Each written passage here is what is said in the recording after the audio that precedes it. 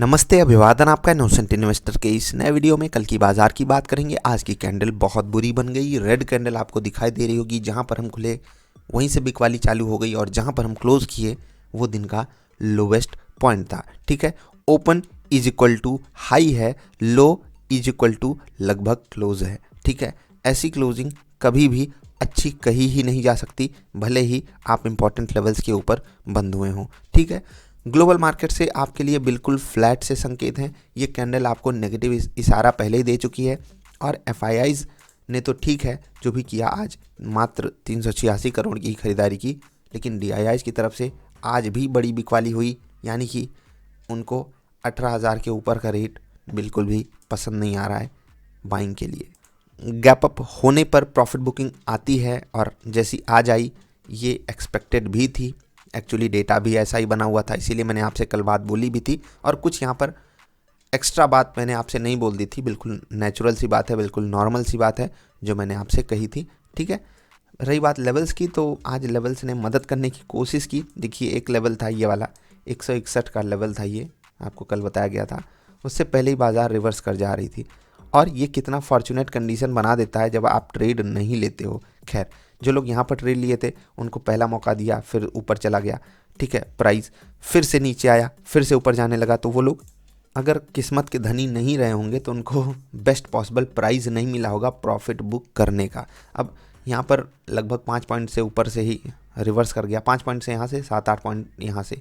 ठीक है, जो यहाँ पर लो बना, यहाँ पर लो बना, लेकिन ये एक इंडिकेशन दे रहा था कि बाज़ार ऊपर जा सकती है। सपोर्ट ऊपर ही बाज़ार ने मान लिया है लगभग 180 के आसपास, लेकिन बाज़ार अनफॉर्चुनेटली ये लेवल तोड़ देती है और फिर आखिरी घंटे में, या यूँ कहें कि आखिरी 1.5 घंटे में जो हुआ वो मुझे बिल्कुल नहीं पसंद आया।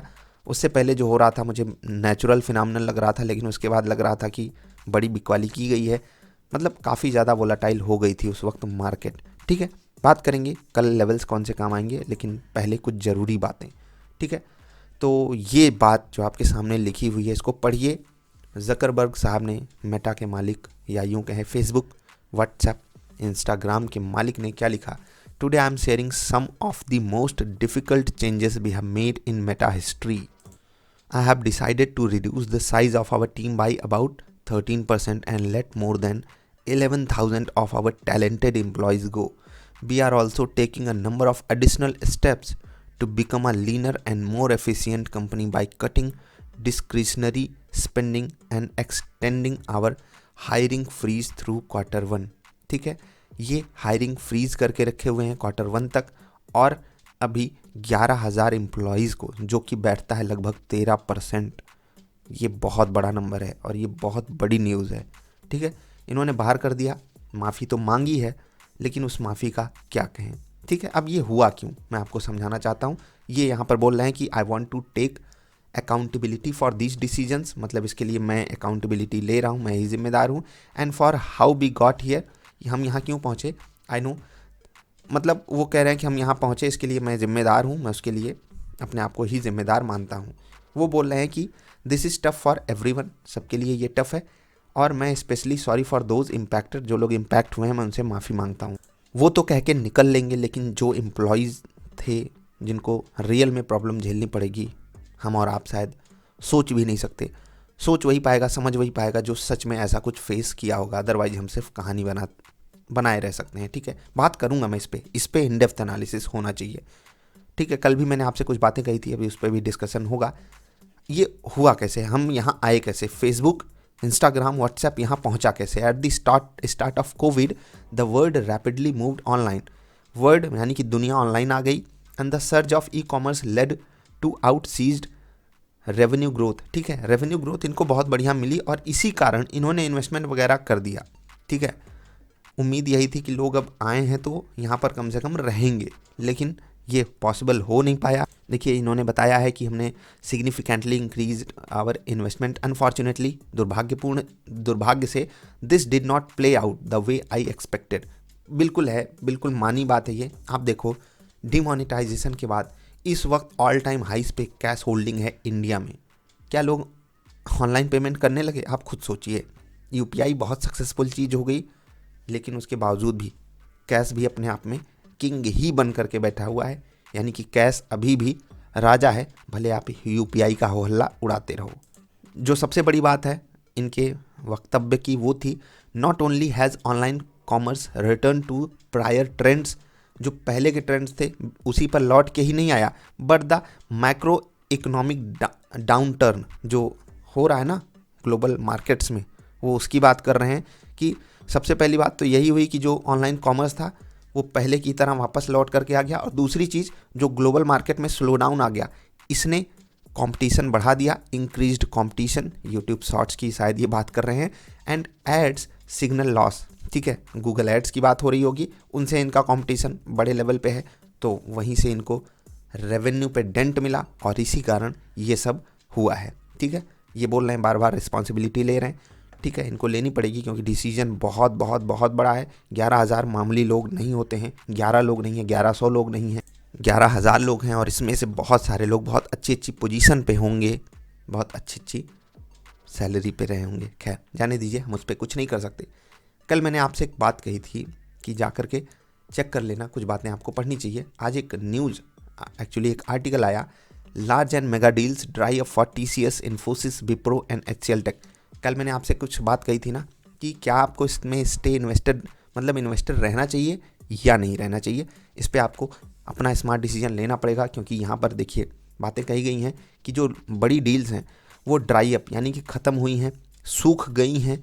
TCS, Infosys, Wipro, HCL tech, सिर्फ इन्हीं के लिए नहीं, इनके अलावा भी जो कंपनियां हैं, जो IT कंपनीज़ हैं, उनको तकलीफ़ झेलनी पड़ रही है। यहाँ पर बात सिर्फ बड़ी कंपनियों की हो रही है, और जो डेटा आपको मैं यहाँ पर समझाने जा रहा हूँ बहुत ध्यान से समझिएगा, बहुत ध्यान से देखिए इस चार्ट को। ठीक है, ये $1 मिलियन की डील है, 10 million, 50 million, 100 million. Q1 financial year 2022, Q1 financial year 2023 91 से यानी कि 91 से घट करके ये 60 पर आ गया है।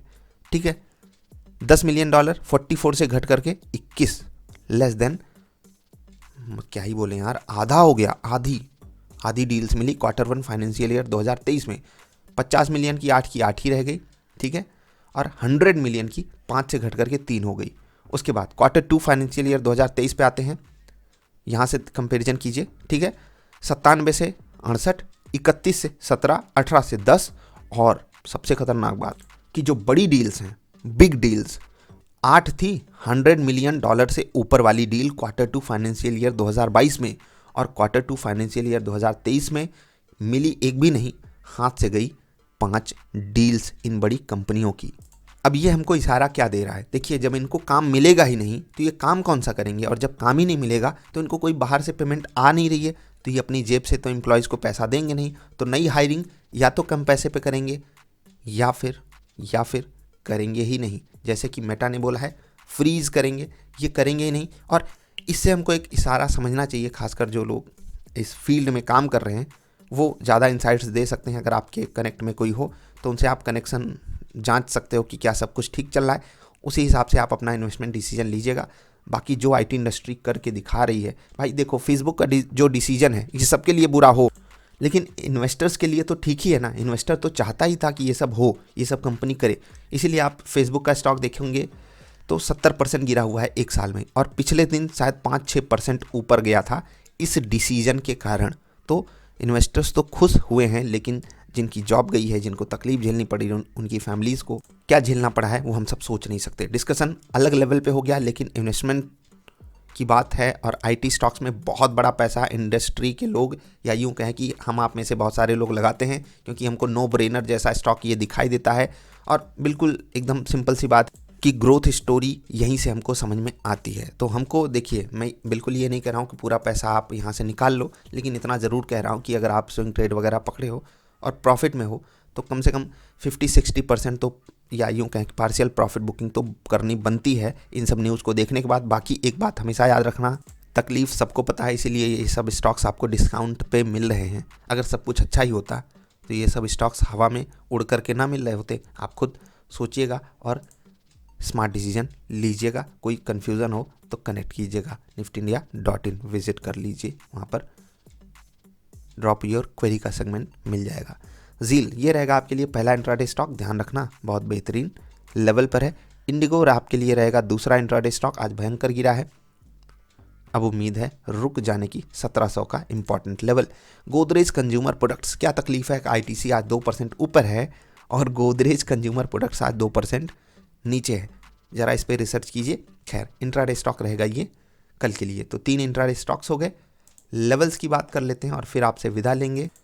नोट कीजिए लेवल्स 18,082, 18,005, 17,933 सपोर्ट है, 18,116, 177 और 239 रेजिस्टेंस है। बैंक निफ्टी की बात करेंगे 41,936, 42,111, 42,327 है रेजिस्टेंस। सपोर्ट है 41,780, 41,590, 41,278।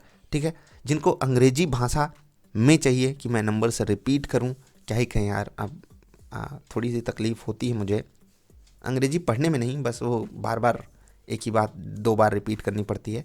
खैर, ये सब चीज़ें आपको समझ में आ रही होंगी। ये 4 है, कोशिश करूँगा कभी वो सुधार ला पाऊँ।